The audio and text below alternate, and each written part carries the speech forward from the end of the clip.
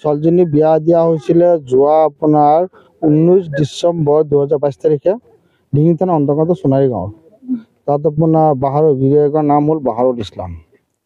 তাৰপৰা বিয়া দিয়াৰ পিছতো 2-3 মাহমান ঠিকে গৈছিলে বুলি আমি গম পাওঁ, ঠিকে গৈ আছে। তাৰপিছত 2-3 মাহমান যোৱাৰ পিছত ছোৱালী ঘৰৰ পৰা মানে ল'ৰা ঘৰৰ পৰা ছোৱালী গ'লে সেইটো মানে যৌতুক কিমান এটা ডিমাণ্ড দিছে, সেইটো পইচা দিব লাগে। বিয়া দিয়াৰ সময়তে আপোনাৰ টকা সিহঁতক কেছ 2 লাখ টকা দিয়া হৈছিলে, সেইটো এগ্ৰিমেণ্ট কৰি দিয়া হৈছিলে। তাৰপিছত আকৌ 2-3 বছৰ আকৌ পইচা লাগে, তো তেনেকৈ সিহঁতৰ মাজত কাজিয়া এটা লাগি থাকে ঘৰত। তাৰপিছত কাজিয়াটা চলি আছে। সেইটো ছোৱালীৰ যিটো বাপেক সেইটো দুখীয়া মানুহ, সেইটো কিবা এটা ব্যৱস্থা কৰি ছোৱালী অশান্তি হৈছে, কিবা এটা কৰি মিলাই দিম বুলি মানে চিন্তা চৰ্চা কৰি আছিলে। তেনেকুৱাতে আপোনাৰ কি হ'ল, যোৱা ডিচেম্বৰ মাহৰ 19 ডিচেম্বৰ 2023 তাৰিখে আমাৰ ছোৱালীৰ ঘৰত ফোন এটা আহিলে, ছোৱালী গিৰিয়েকৰ ঘৰৰ পৰা প্ৰায় দুপৰীয়া 2টামান বজাত, যে ছোৱালীজনী ছুইচাইড কৰিছে বুলি, ফাঁচি লৈ মৰিছে বুলি। তাৰপৰা ল'লে আমি কেইবাজনো গ'লোঁ, গৈ তাত গৈ পালোঁগৈ। তাত গৈ ছোৱালীজনী কিন্তু ফাঁচি ওলমাই থকা পোৱা নাই।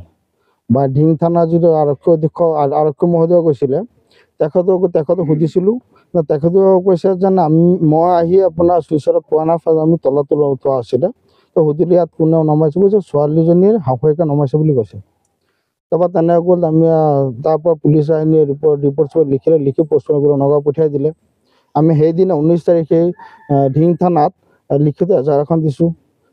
তদন্তলৈ এজাহাৰ দিয়াৰ পিছতো আজিলৈকে কোনো তদন্ত হোৱা নাই। আসামী কেইজনৰ পৰা যিখিনি আসামী দিয়া আছে, কি বুলি এজাহাৰ দিছিলে? এজাহাৰ দিয়া হৈছিল আমাৰ সন্দেহ হৈছেতো আপোনাৰ ফাঁচি নহয়, সেইটো মাৰিছেহে।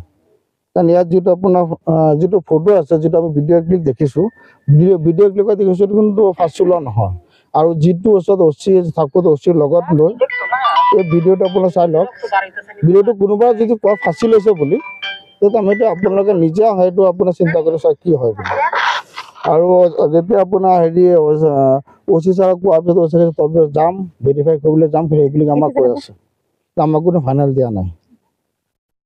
ভিডিঅ'খনে আপোনালোকক কি প্ৰমাণ কৰে? ভিডিঅ'খন আমাৰ মানে এইটো আমাৰ সন্দেহ হয়, এইটো ফাঁচি লোৱা নহয়, এইটো মাৰিছে। সেইটো জানিব যে মাৰি ফাঁচি এটা বাহানা কৰি। ভিডিঅ'টোত কি আছে?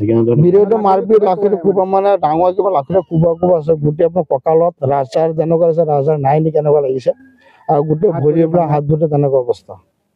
আৰু যিটো আপোনাৰ ওলমাতে যিটো ৰছীটো বান্ধিছিলে, সেইটো ৰছীয়ে নিজে গৈ যিটো ছোৱালীজনীয়ে ওখ প্ৰায় আপোনাৰ 5 ফুট 3 ইঞ্চিমান আছিলে, কিন্তু যিটো ৰছী লগোৱা আছিলে ঘৰৰ দৰ্জাৰ ছাইডত, তাতো দৰ্জা খিৰিকীটো ওলমাই ফাঁচি ল'ব নোৱাৰে কোনোবা। আৰু হাইটটো আছিল, ৰছী গাঁঠিটো আছিলে 5 ফুট 1 ইঞ্চি। ৰছী নিজে জুখি আনিছে আমাৰ আগতে, সেইটো ভিডিঅ' আছে। এটা আমাৰ মানে পুৰা সন্দেহ এইটো মাৰ্ডাৰ। কিন্তু মেইন কথা হ'ল কি, মাৰ্ডাৰ হৈছে কিন্তু আৰক্ষী বিষয়া আজিলৈ কোনো আৰক্ষী তদন্ত হোৱা নাই। কিন্তু আমাৰ ইয়াত সন্দেহ হয় আৰক্ষী কিবা গাফিলতি কৰিছে। সেই সময়ত আৰক্ষীয়ে গৈ তাৰ পৰা উদ্ধাৰ কৰি আনিছে, সেই সময়ত আৰক্ষী হোৱা নাই বুলি কেনেকৈ ভাবে? সেই সময়ত আৰক্ষী গৈছে, সেইটো সময়ত আৰক্ষী আছিলে, আমাৰ চাৰ্কুলৰ বাইদেউ আছিলে। কিন্তু আজিলৈকে আমি যে লিখিত এজাহাৰখন দিলোঁ, তাৰ প্ৰতি কোনো এজন আসামীক আজিলৈকে এৰেষ্ট কৰা নাই, সেইটো ঘৰলৈতো যোৱা নাই। তাত আমি সন্দেহটো সেইটোৱে কৰিম। থানালৈকে আমি ঘূৰি আছোঁ।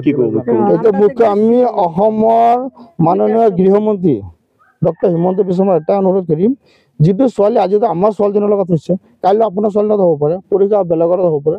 গতিকে যিজন দোষী, সেই দোষীজনক কৰাটো উচিত শাস্তি দিব লাগে।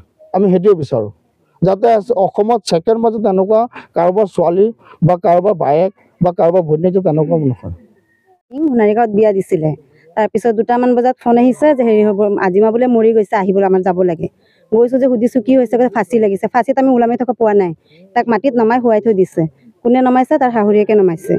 ফাঁচিত ওলোমাইছিলে, নমাইছে, তাত পুলিচেহে নমাব লাগে, তাহাঁতিতো নিজে নমাব নালাগে, নিজে নমাইছে। নিজে যিহেতু নমাইছে, আমি গৈ পুলিচ নাপালোঁ, তাত গৈ মেলি পালোঁ। তাৰপিছত চোৱা চিতা কৰিলে, তাত লৈ মেলি নগাঁও গুচি গ'ল। তেতিয়া আমাক যেনেকুৱা হৈছে, চব মিলাই মিলি চবেই চাইছে।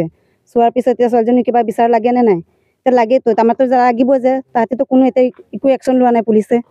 আমিতো এজাহাৰটো দিছোঁ, এজাহাৰৰ ভিত্তিতো একো কৰা নাই এতিয়ালৈকে। আজিলৈকে কোনো যোৱাই নাই, এটা পুলিচো খবৰ লোৱা নাই যে কি হৈছিলে চাওচোন বিচাৰি, একো নহ'লে। এতিয়াতো আমাৰ এইটো উচিত বিচাৰটো লাগে। গা ধুৱাওঁতে চাইছোঁ আমি, গোটেই গাত জখম হৈ আছে। এই জখমটো যে হৈ আছে, এইটো মাৰপিটৰহে জখম, এনেকুৱাতো জখম হোৱা নাই। গোটেই ৰাজহাড়টো ভাঙি গৈছে মাজৰ পিঠিৰ। এইটো নিজে ছুইচাইড কৰিলে হাড়বোৰ ভাঙি যাব নি? নাভাঙে নহয়, তাহাঁতি মাৰিছে কাৰণেহে ভাঙিছে। এনেকুৱা গোটেই গাটোত জখম হৈ আছে। এতিয়া এইটো আমাৰ পষ্টমৰ্টম ৰিপৰ্টটো আহিলে ক'ব পাৰিব ভালকে। আমি পোৱা নাই, এতিয়া যি হয় এইটো বিচাৰ আমাৰ লাগে। এতিয়া কিবা এটা কৰি মেলি আমাক বিচাৰটো দিয়ক। আমাৰতো ন্যায় বিচাৰ লাগে। গোটেইকেইজনী মিলি 5জনী মানুহ আছে তাত। গিৰিয়েকটো আছে, শাহুৰিয়েক আছে, বোৱাৰী এজনীয়েক আছে আৰু নন্দেক এজনী আছে। 5জনী মানুহ আছে তাত। তেওঁলোকে মাৰিছে, তাৰ ওপৰত আমাৰ সন্দেহ হৈছে। আগতেও আপোনালোকক জনাই নেকি তেওঁলোকক? ছোৱালীজনী মাজে সময়ে জনাইছে যে এনেকে অশান্তি কৰে, আমাক ভাত নিদিয়ে মাজে সময়ে। গিৰিয়েকটো ঘৰত নাথাকে, কেৰেলাত থাকে। কেৰেলাত থাকে, টকা পইচা আমি ইয়াৰ পৰা দিয়া হৈছে, 2 লাখ টকা দিয়া হৈছে। তাৰ বাপেকে মাটিটো বিক্ৰী কৰি তাৰপিছত দিছে ছোৱালীজনীক 2 লাখ টকা। চব সময়তে অশান্তি কৰে, বস্তু দিয়া হৈছে, এটা গৰু দিয়া হৈছে। তাৰপিছতো তাই সেনেকুৱা কৰে। তাই ফোন টোন কৰিব দিলে, ইয়াৰ পৰা ফোন কৰিলে ছোৱালীজনীক মাতবোল কৰিব ইমান নিদিয়ে। মোবাইলটো কাঢ়ি লৈ যায় কেতিয়াবা। ছোৱালীজনী কৈ থাকে, কাজিয়া চাজিয়া মাজে সময়তে হৈ থাকে। ঘৰত আহি জনাই, তাহাঁতি ভাবে যে কাজিয়া ওচৰত মানুহৰ অহংকাৰ তলপ হয়েই, ইমান হেৰি নকৰে। তাৰ বাপেকটোৱে মাটি বিক্ৰী 2 লাখ টকা দিছে, তেতিয়াও তাহাঁতি মাৰিয়ে পেলালে ছোৱালীজনীক। এতিয়া আমাৰ এইটো উচিত বিচাৰ লাগে। এতিয়া কি